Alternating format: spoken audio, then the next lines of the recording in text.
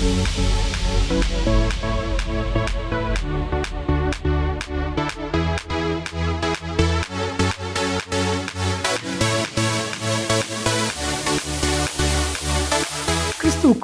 மிகவும் பிரியமானவர்களே, திருமறை தியானம் இந்த நிகழ்ச்சியை நமக்கு வழங்குகிற மதிப்பிற்குரிய டாக்டர் ரெவரண்ட் பால்ராஜ் அதிசயமணி ஐயா மும்பை பட்டணத்தில் மெத்தடிஸ்ட் திருச்சபையினுடைய போதகராய் பணியாற்றி இறைபணியை செய்தவர்கள்.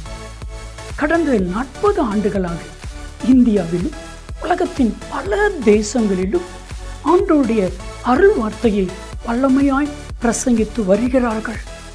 திருச்சபைகள், ஊழியர் நிறுவனங்கள், இன்னும் பல பகுதிகளிலே கர்த்தரால் வல்லமையாய் பயன்படுத்தப்பட்டு வருகிறார்கள்.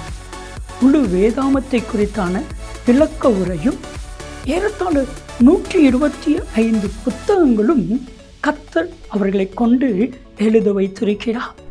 அவர்களுடைய எளிமையான பிரசங்கம், வல்லமை நிறைந்த கர்த்தருடைய வார்த்தை, ஆழமான கருத்துக்கள், வேதாகமத்தினுடைய ஆழமான விளக்க உரைகள் பலாயிரக்கணக்கான லட்சக்கணக்கான மக்களுக்கு மிகவும் பிரோஜனமாக, ரட்சிப்புக்கு ஏதுவாக கர்த்தர் அன்பு ஐயாவை பயன்படுத்தி வருகிறார். இப்பொழுதும் நமது கிராஸ் டிவியில் திருமறை தியானம் என்கிற நிகழ்ச்சியில் கர்த்தர் அவர்களை பயன்படுத்துகிறார். இந்த நிகழ்ச்சியை மற்றவர்களுக்கு சொல்லுங்க, நீங்களும் பாருங்க. கர்த்தர் அன்பு ஐயாவை வல்லமையாக எடுத்து பயன்படுத்துவார். ஆண்டவருடைய பிரசன்னத்தில் மீண்டுமாக உங்களை காணும் பொழுது அதிக மகிழ்ச்சி அடைகிறேன். இந்நாளிலும் உங்கள் மத்தியில் வந்து உறவு கொள்ளவும், ஆண்டவருடைய வசனத்தை பகிர்ந்து கொள்ளவும் தருணம் கொடுத்து ஆண்டவரை துதிப்பதோடு உங்களுக்கு என்னுடைய நன்றியை நான் தெரிவித்துக் கொள்கிறேன். இன்றைய நாளிலே ஒரு பெண்மணியை குறித்து நாம் சிந்திக்கப் போகிறோம். அப்போஸ்தலர் 9ஆம் அதிகாரம் எடுத்துக்கொள்ளுங்கள். அப்போஸ்தலர் 9ஆம் அதிகாரம் 36ஆம் வசனம் முதல். வேதம் உங்களுடைய கையிலே, மடியிலே, மெஜையில் இருக்க வேண்டும். நான் வேதத்தின் பக்கங்களை எடுத்து வாசிக்கும் பொழுது நீங்கள் என்னை வேதத்தில் பின்தொடர வேண்டும். அப்போஸ்தலர் 9:36 முதல். யோப்பா பட்டணத்தில் கிரேக்க பாஷையிலே தொற்காள் என்று அர்த்தம் கொள்ளும் தபித்தாள் என்னும் பேருள்ள ஒரு சீஷி இருந்தாள். ஒருத்திக்கு 2 பெயர்கள். அவள் நற்கிரியைகளையும் தர்மங்களையும் மிகுதியாய் செய்து கொண்டு வந்தாள். அந்நாட்களில் அவள் வியாதிப்பட்டு மரணம் அடைந்தாள். அவளை குளிப்பாட்டி மேல் வீட்டிலே கடத்தி வைத்திருந்தார்கள் என்று சொல்லி வாசிக்கிறோம். இந்த அப்போஸ்தலர் 9ஆம் அதிகாரம் சீஷர்களுடைய அதிகாரம் என்று அழைக்கப்படுகிறது. பல சீஷர்களை நாம் இந்த அதிகாரத்தில் நாம் சந்திக்கிறோம்.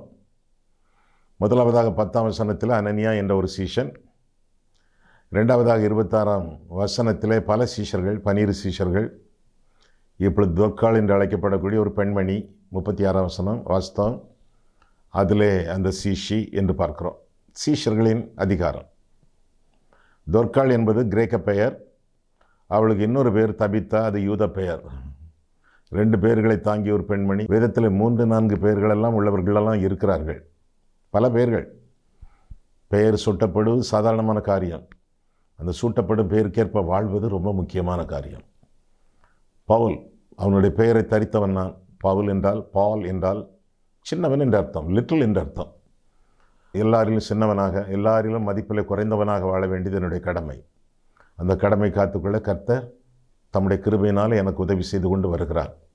தாழ்மையை தரித்து கொண்டு வாழ வேண்டியது என்னுடைய கடமை, நம்முடைய கடமை. சரி, இந்த பெண்மணியை குறித்து நாம் பார்க்கும் பொழுது, இவள் ஒரு மனம் திரும்பிய ஒரு ஸ்திரீ, மறுபடியும் பிறந்த ஒரு பெண்மணி. அது மட்டுமல்ல, ஆண்டவருடைய சீஷியாகவும் அவள் விளங்கினாள் என்று சொல்லி வேதத்திலே வாசிக்கிறோம். சீஷி. 36ஆம் வசனம் மீண்டும். யோப்பா பட்டணத்தில் கிரேக்க பாஷையிலே தொற்காள் என்று அர்த்தம் கொள்ளும் தபித்தாள் என்னும் பேருள்ள ஒரு சீஷி.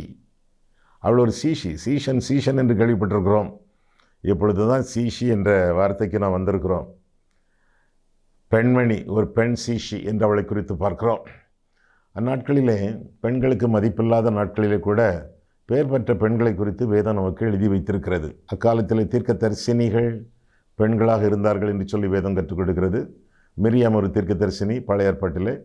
புதிய ஏற்பாட்டிலே தீர்க்கதரிசனம் சொல்லுகிற 4 குமாரத்திகள் பிலிப்புவுக்கு இருந்தார்கள் என்று அப்போஸ்தலர் 21ஆம் அதிகாரத்தில் நாம் பார்க்கிறோம். ஊழியக்காரிகள் இருந்தார்கள் திருச்சபையில். யார் அது? கெங்கரேயா சபைக்கு ஊழியக்காரியாகிய பெபேயாள் என்று ரோமர் 16ஆம் அதிகாரம் 1ஆம் வசனத்தில் நாம் காண்கிறோம். இன்னும் நியாயாதிபதிகளிலே ஒருத்தி தெபோராள் என்று சொல்லி நியாயாதிபதிகள் புஸ்தகத்தில் நாம் காண்கிறோம். பின்ன போதகர் போல, பாஸ்டர் போல, மேய்ப்பர் போல பெண்கள் இருந்தார்கள் என்று சொல்லியும் வேதம் கற்றுக் கொடுக்கிறது. 2 யோவானிலே தெரிந்து கொள்ளப்பட்ட அம்மாள் ஒரு திருச்சபையின் தலைவி, அவருடைய பிள்ளைகள் திருச்சபை அங்கத்தினர்கள், அவர்களை குறித்து 2 யோவானிலே நாம் பார்க்கிறோம். அப்போஸ்தலர்கள் கூட இருந்திருக்கிறார்களே. ரோமர் 16:7 அப்போஸ்தலருக்குள்ளே முந்தி பேர் பெற்ற அன்டோனிக்கையும் யூனியாவையும் வாழ்த்துங்கள். அன்டோனிக்கு ஆண், யூனியா பெண். இப்படியெல்லாம் பல துறைகளிலே, பல நிலைமைகளிலே, பல வடிவங்களிலே பெண்கள் ஆண்டவருடைய ஊழியத்தை செய்து வந்திருக்கிறார்கள். இவள் ஒரு சீஷி. ஆமாம், ஒரு சீஷி எப்படி இருக்க வேண்டும், அல்லது ஒரு சீஷன் எப்படி இருக்க வேண்டும் என்று சொல்லி வேதத்தை நாம் பார்க்கும் பொழுது வேதம் அதற்குரிய சில காரியங்களை நமக்கு கற்றுக் கொடுக்கிறது. நீங்கள் ஆண்டவருடைய விசுவாசியா அல்லது சீஷனா? இன்றைக்கு அநேக விசுவாசிகள் இருக்கிறார்கள், சீஷர்கள் வெகு குறைவாக இருக்கிறார்கள். There are so many believers, very few disciples in the churches nowadays. நாட்களிலே ஏராளமான விசுவாசிகள், ஆனால் சீஷர்கள் மிக குறைவு என்று சொல்லி வேதம் நமக்கு கற்றுக் கொடுக்கிறது. விசுவாசி ஏறக்குறைய பிசாசு கூட ஒரு விசுவாசி என்று சொல்லலாம். எப்படி? ஆண்டவர் நம்புகிறானே, ஆண்டவரை அழைத்து செல்கிறானே, ஆண்டவரோடு பேசுகிறானே, ஆண்டவரிடத்தில் ஜெபிக்கிறானே. ஜெபிக்கிறானா? ஆமாம், ஜெபிக்கிறான். ஆண்டவரே, எங்களை எல்லாம் இந்த பன்றிகளுக்குள்ளே அனுப்பிவிடும் என்று சொல்லி பிசாசுகள் ஜெபித்தனவே முடியாது என்று ஆண்டவர் சொன்னார்.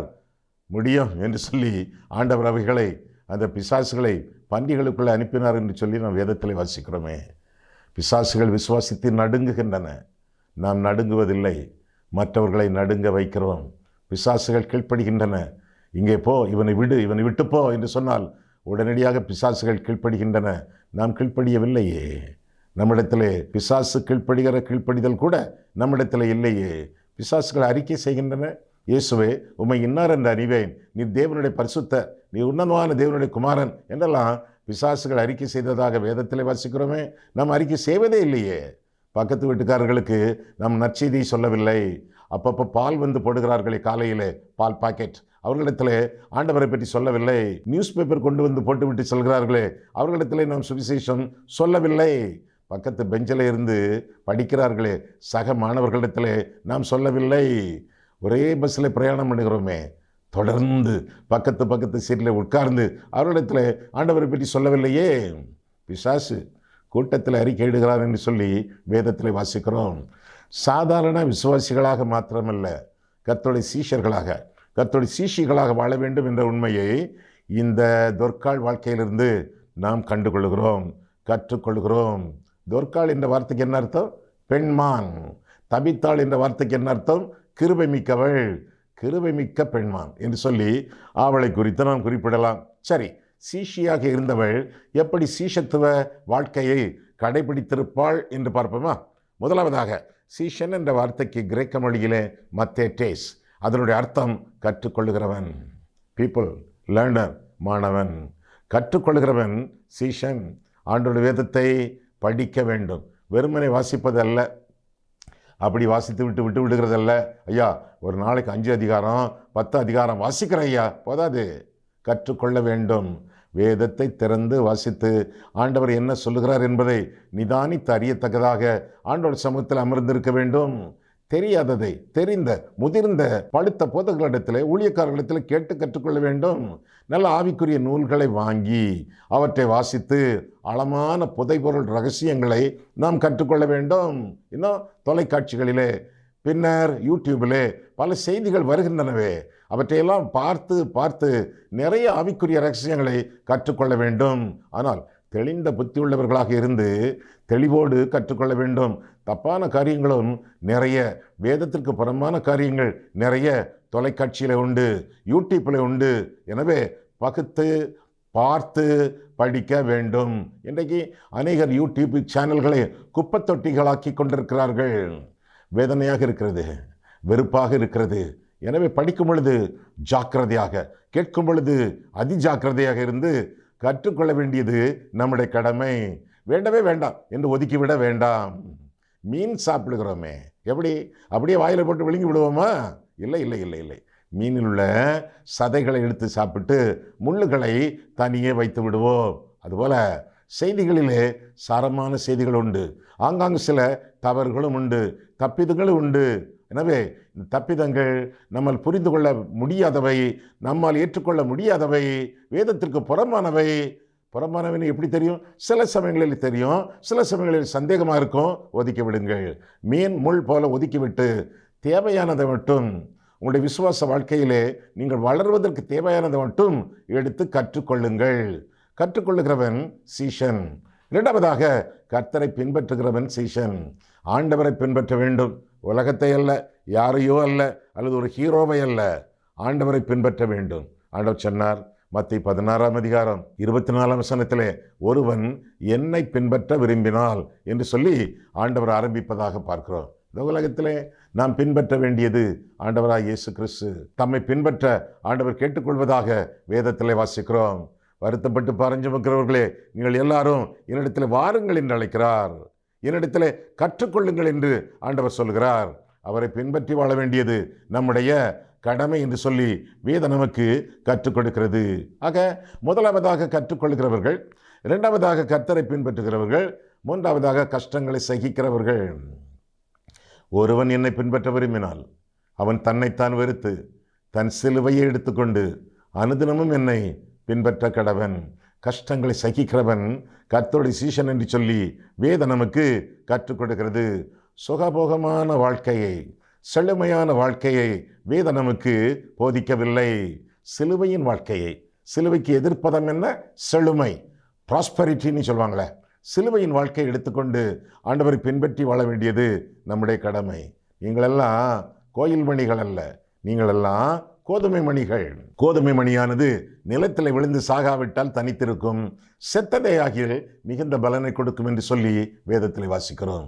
ஆண்டவருடைய நித்திய நோக்கங்களிலே ஊன்றப்படக்கூடிய கோதுமை மணிகளாக ஆண்டவருக்கு கீழ்ப்படிந்து அவரை மகிமைப்படுத்தி முன்னேறி செல்ல வேண்டியது நம்முடைய கடமை. கரும்பு யாரு? நீங்கள் தான். அன்பிலே கரும்பு, அருட்பணியிலே எறும்பு, தாழ்மையிலே துரும்பு, தைரியத்தில் இரும்பு. அப்படி வாழ வேண்டும். கேட்குறதுக்கு நல்லா இருக்கா? சரி, கரும்பு பிழியப்பட்டால் ஒழிய அதன் சாறு நமக்கு கிடைப்பதில்லை. பிழியப்பட கரும்பு தன்னை ஒப்பு கொடுக்காவிட்டால் அது கரும்பு அல்ல, அது கம்பு. அடிக்கத்தான் ஆகும். கரும்பாக வாழ, பிழியப்பட, தேவனுடைய ராஜ்யத்திற்காக, திருச்சபைக்காக, திருப்பணிக்காக, ஆசீர்வாதமாக இருக்கத்தக்கதாக கரும்பு போல பிழியப்பட நம்மை ஒப்பு கொடுத்து வாழ வேண்டியது நம்முடைய கடமை என்று சொல்லி வேதம் கற்றுக் கொடுக்கிறது. முதலாவதாக கற்றுக்கொள்ளுகிறவர்கள் சீஷர்கள், இரண்டாவதாக கர்த்தரை பின்பற்றுகிறவர்கள் சீஷர்கள், மூன்றாவதாக கஷ்டங்களை சகிக்கிறவர்கள் சீஷர்கள், நான்காவதாக கனி கொடுக்கிறவர்கள் சீஷர்கள். சீஷத்துவத்தின் அநேக காரியங்களை திருமறையிலே நாம் பார்க்கலாம். முக்கியமான காரியங்களை மட்டும் உங்கள் முன்வைக்கிறேன். ஆக கடைசியாக நாம் கனி கொடுக்கிறவர்கள் என்று பார்க்கிறோம். ஆண்டவருக்காக கனி கொடுக்கிறவர்கள். நற்கனி தேடி வரும் காலங்கள் அல்லவோ என்று பாடுகிறோமே. ஆக கனி கொடுக்கும் கிறிஸ்தவர்களாக, கனி கொடுக்கும் சீஷர்களாக நாம் காணப்பட வேண்டியது அவசியம்.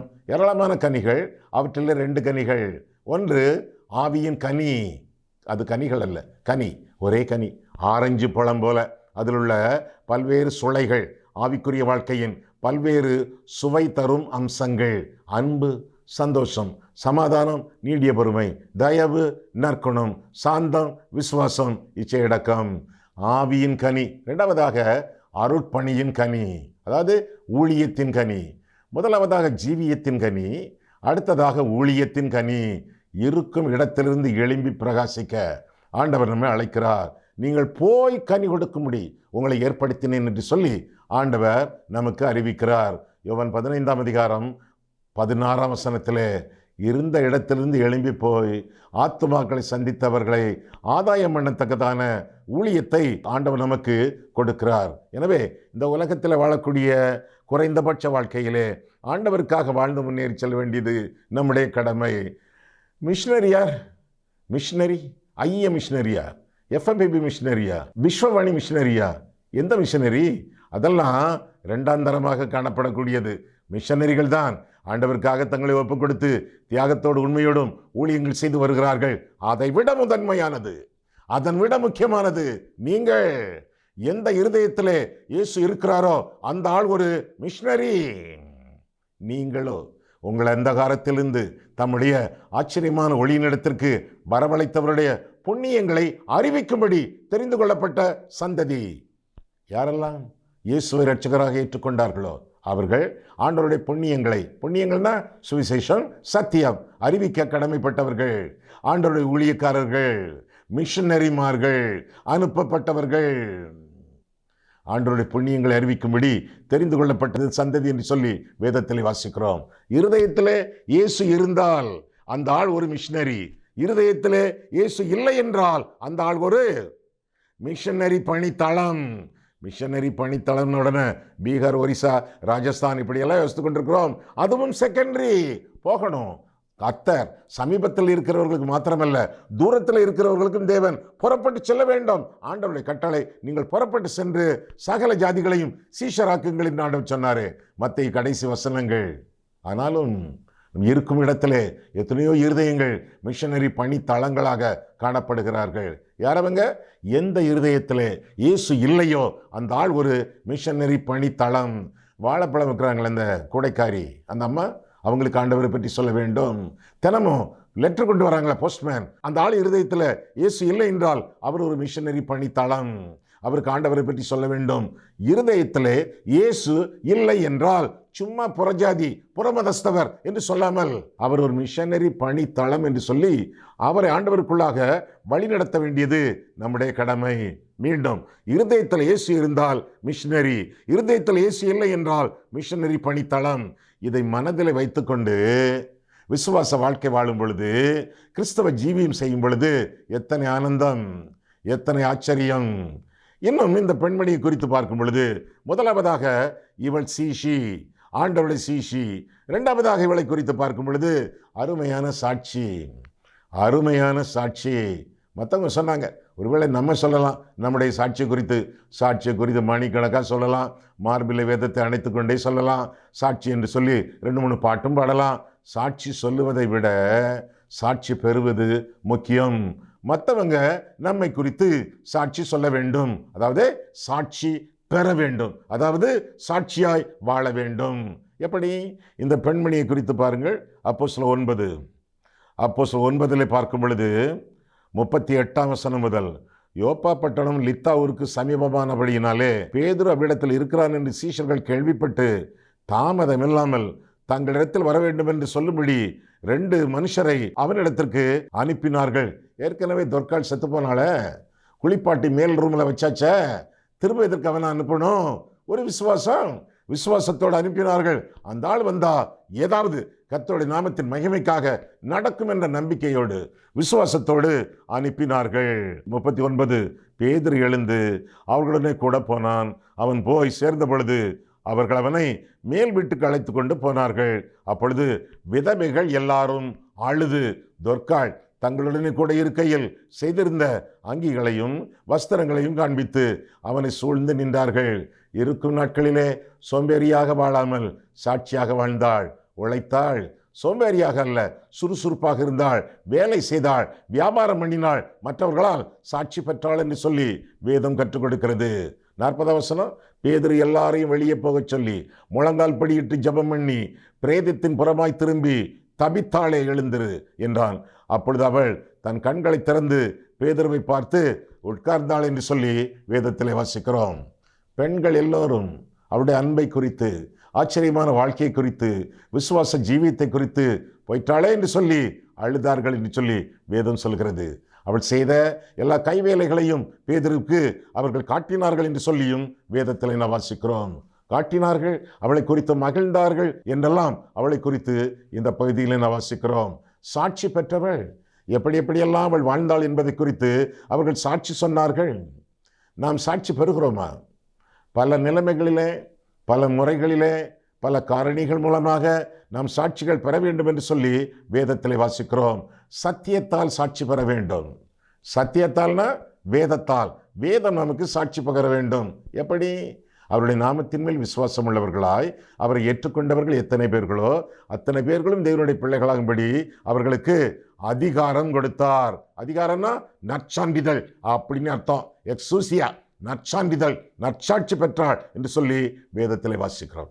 அவர்கள் இரத்தத்தினாலாவது மாம்ச சித்தத்தினாலாவது புருஷனுடைய சித்தத்தினாலாவது பிறவாமல் தேவனால் பிறந்தவர்கள். சாட்சி சொல்வது யார்? சத்தியம். வேதம் நம்மை குறித்து நம் தேவனால் பிறந்தவர்கள், தேவனுடைய பிள்ளைகள் என்று சாட்சி பகர வேண்டும். முதலாவதாக சத்தியத்தால் சாட்சி பெற வேண்டும். பெற்றிருக்கீங்களா? தேவனுடைய பிள்ளைகளா? ஆவியானவர் உங்களுடைய ஆவியுடனே கூட சாட்சி பகர்கிறாரா? ரோமர் 8ஆம் அதிகாரம் 14 முதல் வாசித்து பார்க்கும் பொழுது ஆவியானவர் தாமே நம்முடைய ஆவியுடனே சாட்சி கொடுக்கிறார். என்ன சாட்சி? நாம் தேவனுடைய பிள்ளைகள் என்று. அந்த சாட்சியை இந்த உலக வாழ்க்கையிலே நாம் பெற்று வாழ்கிறோமா? இரண்டாவதாக சபையினால் சாட்சி பெறுவது, சபை மக்களால் சாட்சி பெறுவது, அதுவும் முக்கியமான ஒரு சாட்சி என்று சொல்லி வேதத்தில் வாசிக்கிறோம்.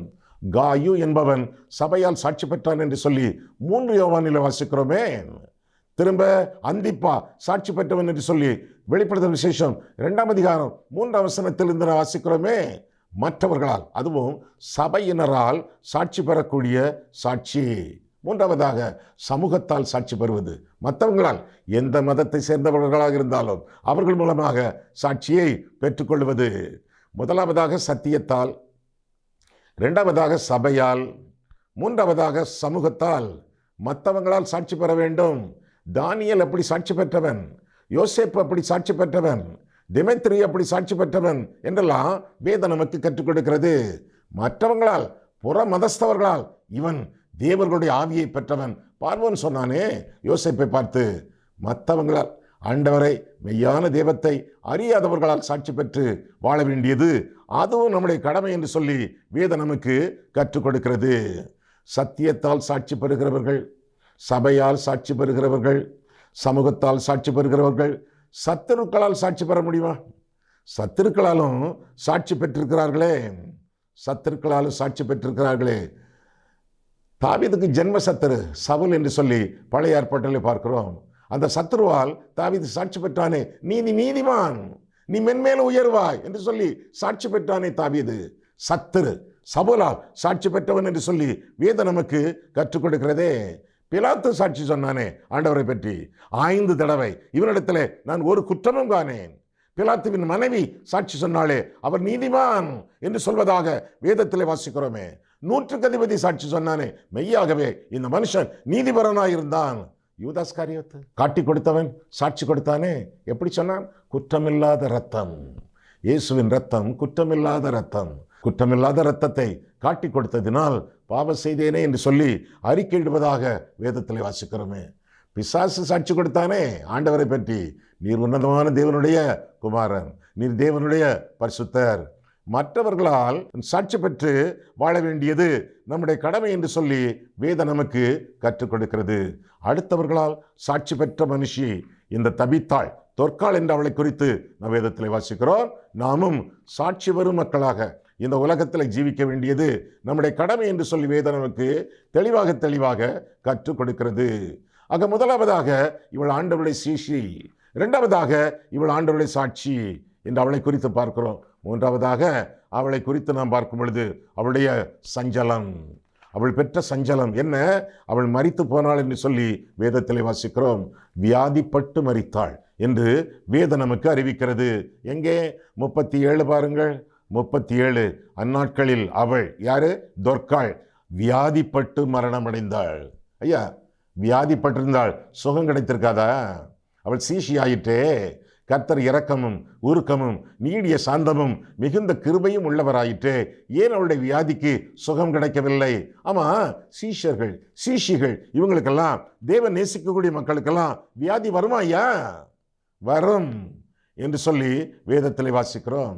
ஆண்டவரே, நீ நேசிக்கிற லாசரு வியாதியா இருக்கிறான் என்று சொன்னார்களே.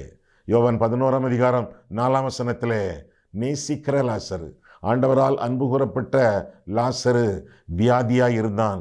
எலிசா இரட்டிப்பான வரம் பெற்றவன் வியாதிப்பட்டவனாய் மரித்தான் என்று சொல்லி வேதத்தில் வாசிக்கிறோமே. 2 ராஜாக்கள் 11ஆம் அதிகாரத்தில் குணமாகவில்லையே. இரட்டிப்பான வரமுள்ளவன் குணமாகாமல் வியாதிப்பட்டு செத்து போனான் என்று சொல்லி வேதத்தில் வாசிக்கிறோமே. இதெல்லாம் நடக்கக்கூடிய காரியங்கள். தானியேல் சிங்கங்களினால் பாதிக்கப்படாதவன், சிங்க குகையில் அடைக்கப்பட்டவன், அநேக நாட்கள் வியாதிப்பட்டவனாக இருந்தான் என்று சொல்லி வேதத்தில் வாசிக்கிறோமே. தானியேல் 8ஆம் அதிகாரத்திலே பவுல் அற்புத ஊழியன், அற்புத ஊழியன், அவனுடைய ஆடைகளை தொட்டவர்களை சுகமடைந்தார்கள் என்று சொல்லி வேதத்தில் வாசிக்கிறோமே. எனக்கு வெளிப்படுத்தப்பட்ட மேன்மை நிமித்தம் நான் என்னை உயர்த்தாதபடிக்கு என் சரீரத்தில் ஒரு முள் கொடுக்கப்பட்டிருக்கிறது. அந்த முள் என்னது? கண்வலியா?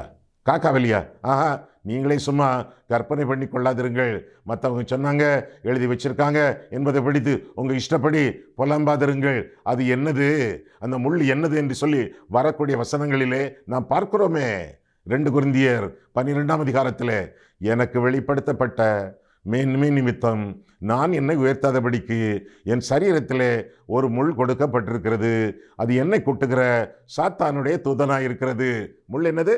சாத்தானுடைய தூதன். ஒவ்வொரு நாளும் அவனை சித்திரவதை பண்ணி கொண்டிருக்கிறது. சாத்தானுடைய தூதனாய் இருக்கிறது. நீங்குமா? அது என்னை விட்டு நீங்கும்படிக்கு நான் கர்த்தரிடத்தில் 3 தரம் வேண்டிக் கொண்டேன். அதற்கவர் என் கிருபை உனக்கு போதும், உன் பலவீனத்திலே என் பலன் பரிபூர்ணமாய் விளங்கும் என்றார். எனவே கிறிஸ்துவின் வல்லமை என் மேல் விளங்கும்படி என் பலவீனங்களை குறித்து அதிக சந்தோஷமாய் மேன்மை பாராட்டுவேன் என்று சொல்லி பவுல் சொல்வதாக நாம் வேதத்தில் வாசிக்கிறோமே. முள் நீங்கவில்லை, நீக்கப்படவில்லை, இறக்கும் வரை இருந்தது. அதனால என்ன கிடைத்தது? அதனாலே ஆண்டவருக்கு மகிமை உண்டாயிற்று. அவனுடைய பலவீனங்கள் மூலமாக ஆண்டவர் மகிமைப்பட்டார் என்று சொல்லி நாம் அறிந்து கொள்ளலாம். எதையாவது ஆண்டவர் செய்திருந்தால், எதையாவது ஆண்டவர் விட்டு வைத்திருந்தால் மொத்தத்திலே அவருக்கு மகிமை உண்டாகும் என்று சொல்லி வேதம் நமக்கு கற்றுக் கொடுக்கிறது. எப்பா பெரோதித்து என்பவன் வியாதிப்பட்டவனாக இருந்தானே, மரண தருவாய் வரை என்று சொல்லி பிலிப்பியர் 2ஆம் அதிகாரத்திலே நாம் காண்கிறோம். யோபு சத்துருவான பிசாசு தேவனிடத்திலே உத்தரவு பெற்றுக்கொண்டு யோபுவை உச்சி முதல் உள்ளங்கால் வரை சோதித்தான், பாதித்தான், வாதித்தான் என்று சொல்லி வேதத்தில் வாசிக்கிறோமே. வியாதிகள் வரும், விசுவாசிகளுக்கு வியாதிகள் வரும் என்று சொல்லி வேதத்தில் வாசிக்கிறோம். அந்த வியாதிகள் தேவனுடைய வல்லமையினாலே நீங்கும், அல்லது அந்த வியாதிகள் தேவனுடைய சித்தத்தின்படி அப்படியே இருந்து அவர்கள் இந்த உலகத்தில் கண்களை மூடி அந்த உலகத்தில் கண்களை திறப்பார்கள். இதுதான் வேதம். வேதத்தில் இதற்குரிய ஆசீர்வாதங்கள், ஆதாரங்கள் ஏராளம் உண்டு. 4 வகை நலன்கள் என்று ஒரு வீடியோ வெளியிட்டிருக்கிறேன். அது உங்களுக்கு யூடியூப்பில் கிடக்கும். அதை நீங்கள் சர்ச் பண்ணி பாருங்கள். அதில் வியாதிகள் ஏன் வருகின்றன, அவைகள் ஏன் குணமாகவில்லை, எப்படி குணமாகும் என்பதையெல்லாம் பற்றி சித்தரித்திருக்கிறேன் கர்த்தருடைய கிருபையினாலே. சரி, இந்த வியாதிகளுக்கெல்லாம் என்னென்ன காரணம்? முதலாவதாக அக்கிரமம் ஒரு காரணம், பாவம் ஒரு காரணம். மிரியாமுக்கு குஷ்டரோகம் எதற்கு காரணம்? பாவம், அதுதான் காரணம். அக்கிரமம் ஒரு காரணம். அடுத்தவர்கள் காரணம். மற்றவங்க நம்முடைய வியாதிகளுக்கு காரணமாக இருக்கிறார்கள். அவர்கள் வீடு சுத்தமாக இல்லை, அவருடைய அசுத்தமெல்லாம் நம்முடைய வீட்டுக்குள்ளே படையெடுக்கிறது. பாச்சான்களா, எலிகளா, என்ன கொசுக்களா, ஈக்களா எல்லாம் வந்து பாடுகளை தந்துவிட்டு வியாதிகளை தந்துவிட்டு போகின்றன. அடுத்தவர்கள் சுத்தமாக இல்லை, அதனால் நம்முடைய வீடு சுத்தமாக இல்லை. சுத்தம் சுகம் தரும். சுத்தமாக இல்லாவிட்டால் அசுத்தம் தானே, அதனாலே வியாதிகள் தானே. ஆக அக்கம் பக்கத்தாராலும் நமக்கு வியாதிகள் வரலாம். எதற்காக மாஸ்க் போடுகிறோம்? அடுத்தவர்களுடைய மூச்சு நமக்கு வரக்கூடாது, நம்முடைய மூச்சு அவர்கள் மேல் படக்கூடாது. அடுத்தவர்களாலே பாடுகள். முதலாவதாக அக்கிரமத்தாலே வியாதிகள், 2வதாக அடுத்தவர்களாலே வியாதிகள், 3வதாக அலகையினால் வியாதிகள். அலகைனா பிசாசு. பிசாசு அவன் மூலமாக வியாதிகள் யோபுக்கு வந்தன என்று சொல்லி வேதம் நமக்கு கற்றுக் கொடுக்கிறதே. பிசாசினாலே வியாதிகள் வருகின்றன என்று சொல்லி வேதம் நமக்கு கற்றுக் கொடுக்கிறது. ஆண்டவரால் வருமா? ஆண்டவராலும் வரும். ஆண்டவர் வியாதிகளை அனுப்புகிறார், ஆண்டவர் வியாதிகளை அனுமதிக்கிறார் என்று சொல்லியும் வேதத்திலே வாசிக்கிறோம். யோபுவின் வியாதிகள் மூல காரணம் யாரு? பிசாசா? ஆஹா, இதா என்ன? சர்வ வல்லவருடைய அம்புகள் எனக்குள் தைத்திருக்கிறது என்று சொல்லி யோபு சொல்வதாக யோபு 6ஆம் அதிகாரம் 4ஆம் வசனத்தில் வாசிக்கிறோம்.